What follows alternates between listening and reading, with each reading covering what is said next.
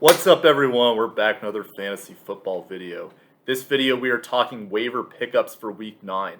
Changing things up a little bit for this week.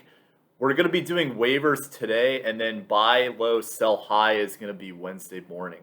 So today I want to go in depth about the waivers and some news coming out in the NFL for this week. There's a lot of news of importance this week, and there's also the trade deadline coming up. So we're going to talk about that and going to go a little more in depth on some of the waiver pickups this week for your awareness. So if you're interested in more content, please consider commenting, or subscribing. I make a lot of fantasy football videos as well as some other content too, like song reactions, song covers, etc. So check it out if you're interested in more content on the channel. So today's video, before we get into the waivers, I want to talk some important news from around the NFL. The big news is that Derrick Henry, broken foot, looks like he is out for the season now. So there's a lot that hinges on what exactly happens with the Titans in terms of who they decide to pick up at the trade deadline. There's a lot of names that could be out there in terms of people that could potentially replace Derrick Henry. The guy that is projected to be getting most of the points, and I'll be talking about them in a sec, is Adrian Peterson. He may actually be a bit of a trap, though, in my opinion. I will get into that in a sec. So other guys to consider are Jeremy McNichols as well, who's the guy who's been there and is more of a PPR option. Darrington Evans is somebody that I liked as a potential handcuff, but he also looks like he is going to go back to IR with a knee injury, so he is likely not going to be in the fold. So Tennessee, depending on what route they could go, they could sign another running back, or they could try to trade for one. Names that have been thrown around out there are Marlon, Mack, and Ronald Jones for one. An interesting idea put up by the fantasy footballers, though, that I actually really like is Melvin Gordon getting traded to the Titans. I think that would be a great situation for Tennessee to rely on somebody like Melvin Gordon. And then on the flip side, there also would free up opportunities for Devonta Williams. So it could work really well for both sides. So yeah, but this again leads back to the point that I talk about every single week. If you have an elite running back, you need to handcuff them. And it's just every single week there's somebody who gets injured. And I've been saying pick up Derrick Henry's handcuff. We also have James Robinson banged up this week too. So you should have had Carlos Hyde if you owned him. Looks like James Robinson might be okay. But again, this is just a lesson. If you have a running back that is healthy, if you have a Zeke Elliott, get Tony Pollard. If you have Najee Harris, get Benny Snell. Guys like that, you want to make sure that you have your running backs handcuffed because there's a lot of injuries that happens every year in the NFL. Don't let this happen to you again if you happen to own Derrick Henry and never picked up his handcuffs the whole time. Other big news, Calvin Ridley stepping away from the game because of mental health reasons. Wish him the best in his recovery. It's an unfortunate situation, and hopefully he can get everything situated and get things back under control for him. Unfortunately, from a fantasy football perspective, though, it's very difficult to gauge how long Calvin Ridley will be out for. I think if you own Calvin Ridley, I would try to sell him if you can until you get more clarity on the news. There is potential that he could be back this season, but very likely it appears he will not be back. And if he does come back, it's going to be in a very limited role, not putting up the fantasy stat numbers that he has in the past, especially in 2020. So it might be best to try to sell him. And then for other news, so there's a lot of trade deadline news. I'm not going to go into this too much with Deshaun Watson because I talked about him in my last video. But keep in mind that there is going to be a lot that comes out about news stories in terms of players that'll, or they could be traded here or there, etc. So you really have to pay attention to the news and try to consider the secondary effects of these trades. So let's say, for instance, Deshaun Watson gets traded to the Miami Dolphins and he's able to start playing. So you have an uptick in value potentially in Jalen Waddle, Will Fuller, Devontae Parker, etc. And then Tua Tagovailoa becomes, unless he gets traded to Houston, essentially irrelevant, for lack of better words. So that is the narrative that is projected to happen. But there's a lot of things that suggest that that might not happen. So let's talk about Watson and Tua in particular. So let's say Watson, there's a story that he's getting traded to the Dolphins. Then people are going to be, oh, Tua's out of a job soon. So they're going to sell Tua, but they're selling low on the value that he could provide. So that would be a great buy low opportunity for you potentially if you have a spot to hold Tua and you feel that Watson is actually not going to play, because very well what could happen is that Watson plays a week and then there's backlash from the NFL for failing to really punish him or hold him accountable for the reports that came out. So Watson very well could be suspended after he gets traded and plays a game due to backlash towards the NFL. So all of a sudden Tua is back into the fold again. So I bring this up just as an example of there's a lot of ways that you could really game your buy low and sell high value for these players based upon the trade deadline. So part of the reason we're going to talk this tomorrow is because the trade deadline concludes on November 2nd. It'll conclude today and in the afternoon. So I'll cover that Wednesday morning so we have the big picture of what you can get. But just keep that in mind. There's going to be a lot of potential distorted opinions from different people based on the outcome of these trades. Buy considerations for this week. So the teams that will be on bye in week 9 are Detroit, Seattle, Tampa Bay, and Washington. So, and once again, I do apologize. This video is not going to have graphics in it. We'll try to get that for Wednesday, so hopefully you don't hold that against me. But buy low, buy, and buy. So these are my things I've been doing the last few weeks to basically talk about buy low, sell high value, and droppable value for players when they are on a buy. So my buy low, the person that you want to try to trade for is going to be Leonard Fournette. Leonard Fournette has had 2 tough matchups the past 2 weeks and poor performances, but I like his outlook overall rest of the season. He's getting more involved in the PPR game than he has in years past. He has a very favorable schedule with some great matchups to conclude the season, and he is heavily involved as their running back. So I think he is a great buy low player, especially as Tampa Bay goes into their bye week. Buy. This is somebody I would recommend you try to trade away if you can. And this player is going to be Antonio Gibson. And I've talked about this before, but Antonio Gibson dealing with a shin injury, also dealing with surprisingly incompetent offensive play. Just not a good situation overall. And I think what is best is to just try to move on from Antonio Gibson and trade him to somebody else. Because as Washington continues to lose games, they're going to try to preserve their future and make sure Gibson is healthy than continuing to roll him out there with a stress fracture. Kind of surprised they haven't pulled him already at this point, but I don't see him really being a contributor to fantasy rest of the season. I mean, he maybe sometimes, but not as significant as we had thought at the beginning of the season.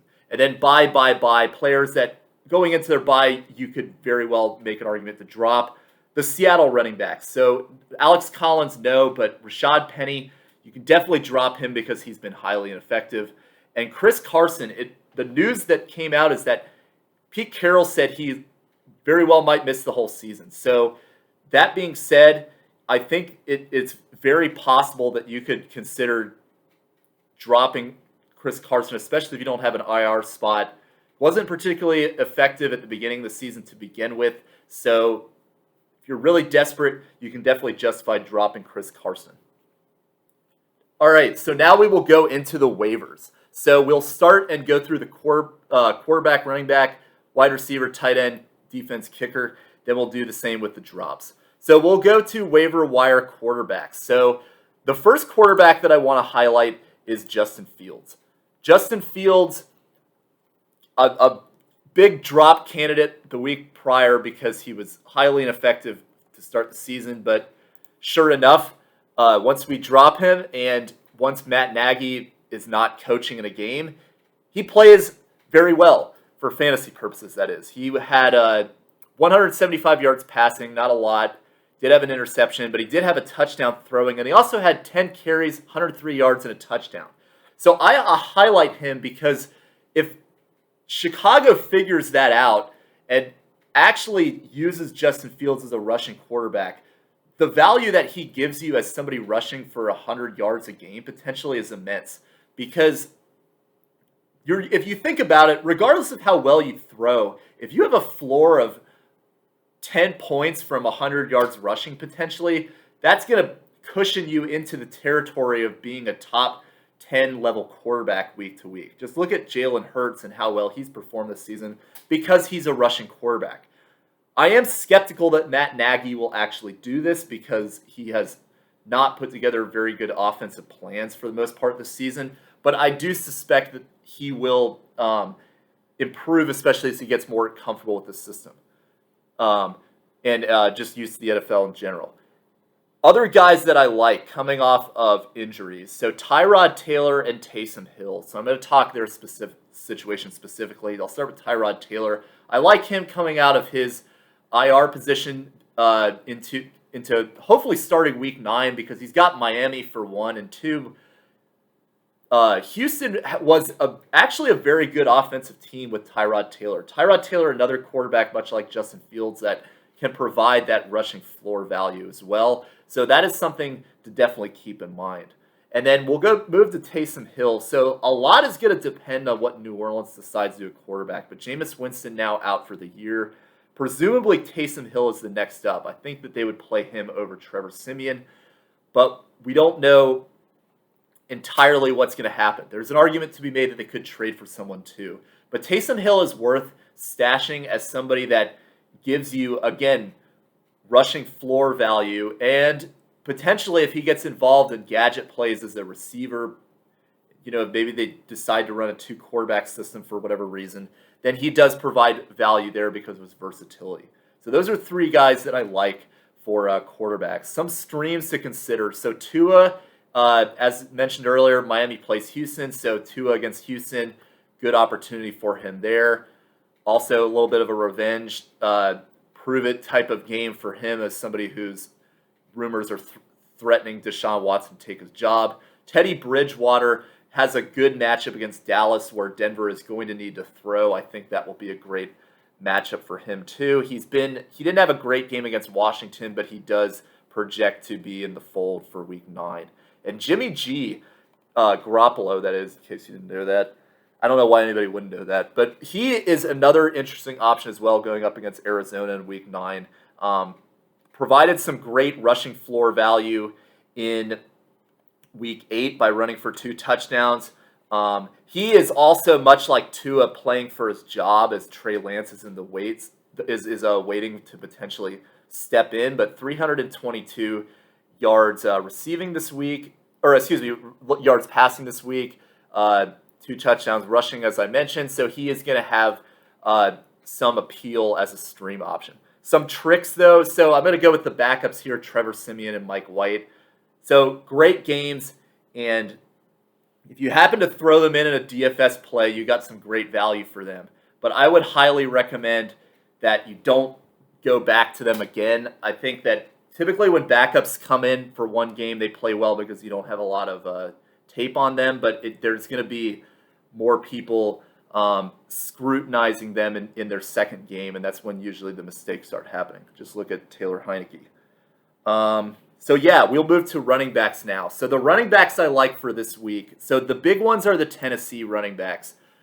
A lot of news about what's going to happen with the replacement for Derrick Henry. And I think that Tennessee is not necessarily going to have the offense run the same way where they just have the running back carry the ball 30 times because, once again, you can't replicate Derrick Henry.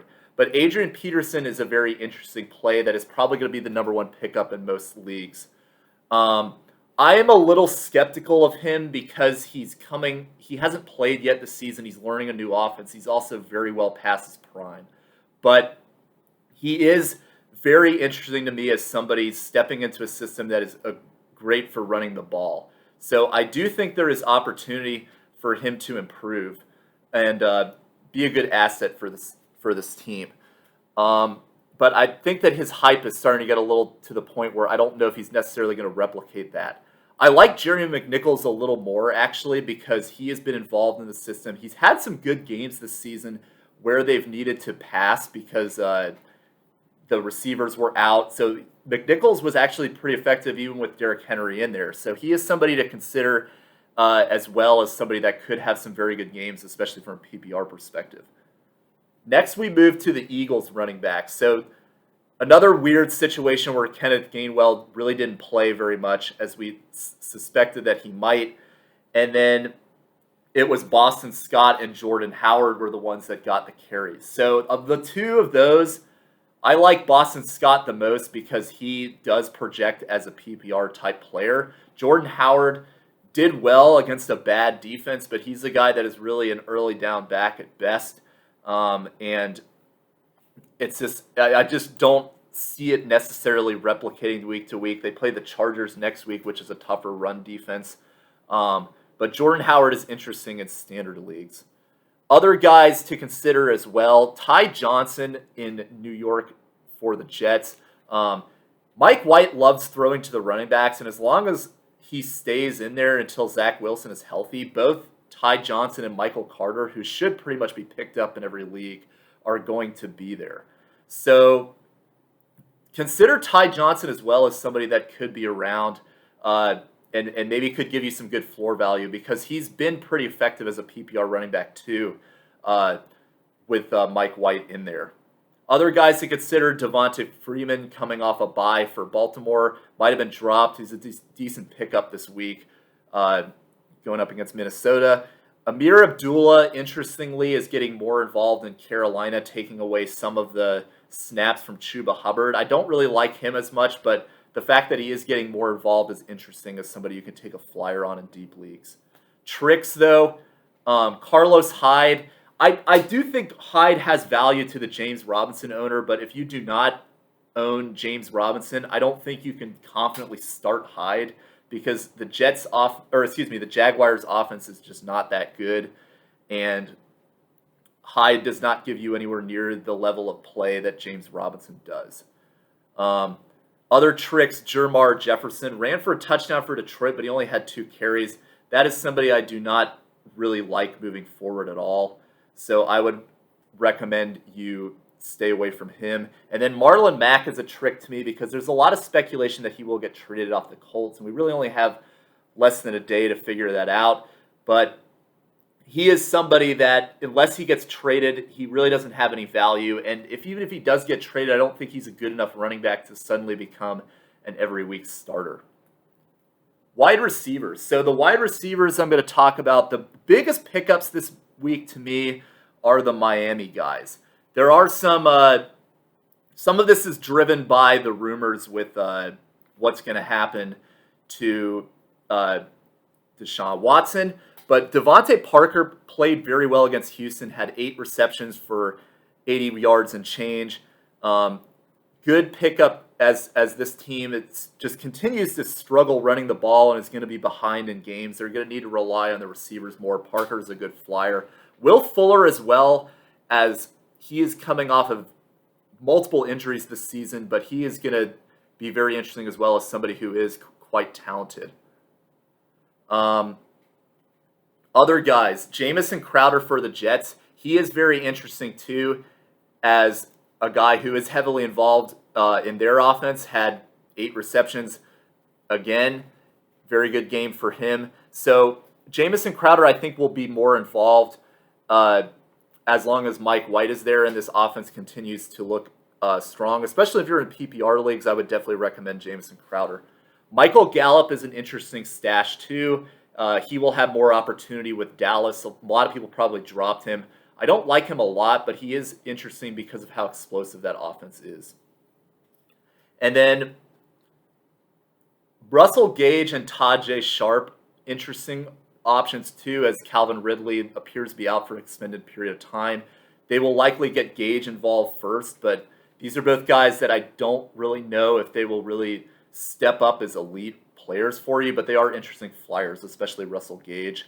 Cole Beasley getting back into the fold with Buffalo. I want to see another prove-it week, though, to be confident in him. And then keep an eye out for Baltimore and Oakland receivers that were dropped in their bye. I'm talking Rashad Bateman, Hunter Renfrow, guys like that could be some good value for you. So, other tricks out there, Cedric Wilson. Not a huge fan of him for this week, just because Dallas, as Gallup is getting healthy, I don't really think he will have the level of opportunity that he's had in the past with him gone. Jamal Agnew for Jacksonville, again, not a significant role there, in my opinion.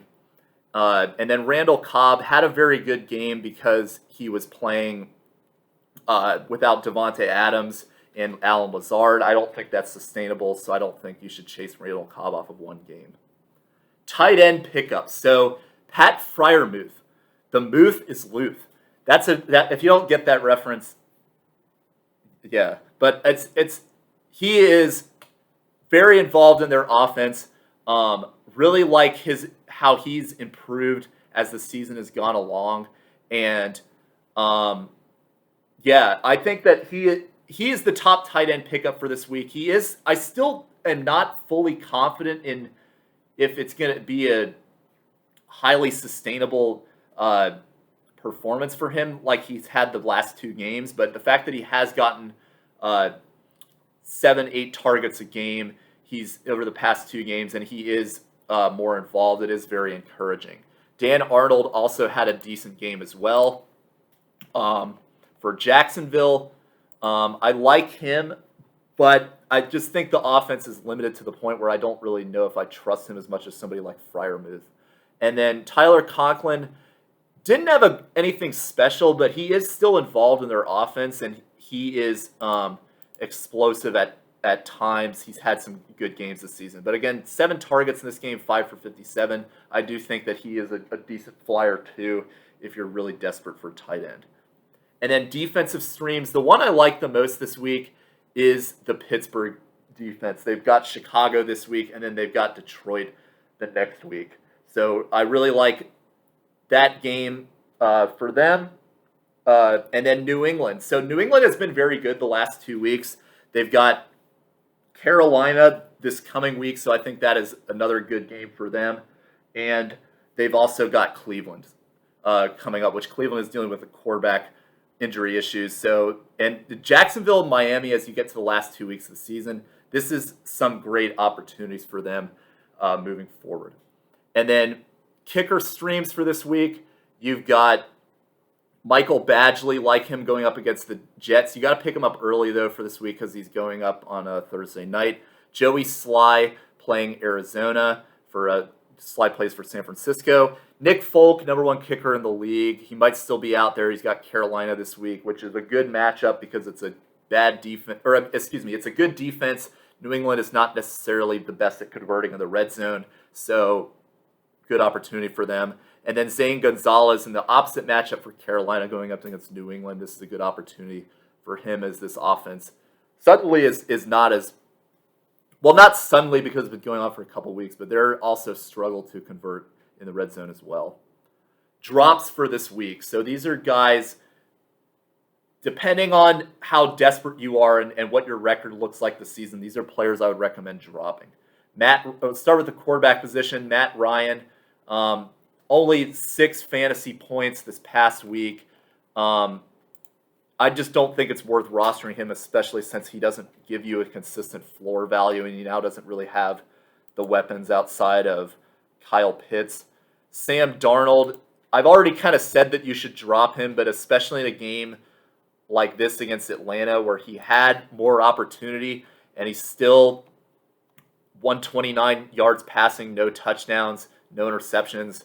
Just not a good game for him. And Trevor Lawrence, I do like Lawrence long term, but he just does not have the team around him, especially as they play Buffalo next week. James Robinson banged up. I don't think you need to hold on to Trevor Lawrence anymore. He can be dropped.